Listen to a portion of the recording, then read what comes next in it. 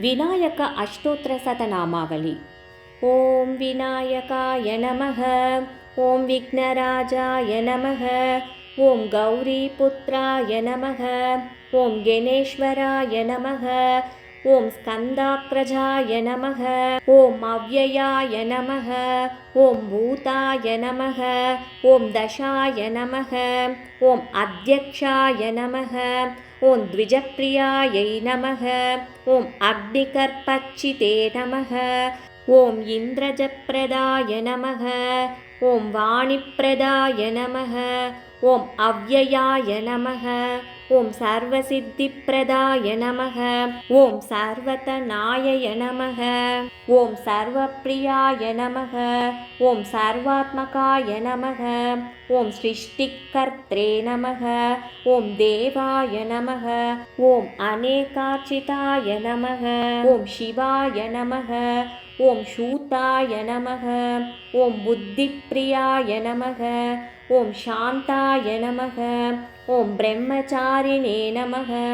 ॐ गजाननाय नमः। ॐ त्वैमात्रेयाय नमः। ॐ मुनिस्तुताय नमः। ॐ भक्तविघ्नविनाशनाय नमः। ॐ एकदन्ताय नमः। ॐ चतुर्बाहवे नमः। ॐ चतुराय नमः। ॐ शक्तिसंयुताय नमः। ॐ लम्बोदराय नमः। ॐ शूर्पकर्णाय नमः। ॐ हरये नमः। ॐ मुनिस्तुताय नमः। ॐ भक्तविघ्नविनाशनाय नमः। ॐ एकदन्ताय नमः। ॐ चतुर्बाहवे नमः। ॐ चतुराय नमः।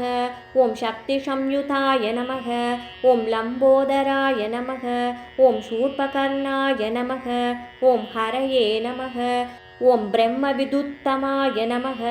ॐ कालाय नमः। ॐ ग्रहपतये नमः। ॐ कामिने नमः। ॐ सोमसूर्याग्नि नमः। ॐ लोचनाय नमः। ॐ पाशाङ्कुशधराय नमः। ॐ चण्डाय नमः। ॐ गुणातीताय नमः। ॐ निरञ्जनाय नमः। ॐ अकल्मषाय नमः। ॐ स्वयंसिद्धाय नमः। ॐ सिद्धार्चितपदाम्बुजाय नमः। ॐ बीजपूरफलाशक्ताय नमः। ॐ वरदाय नमः। ॐ शाश्वताय नमः। ॐ ग्रहितिने नमः। ॐ द्विजप्रियाय नमः।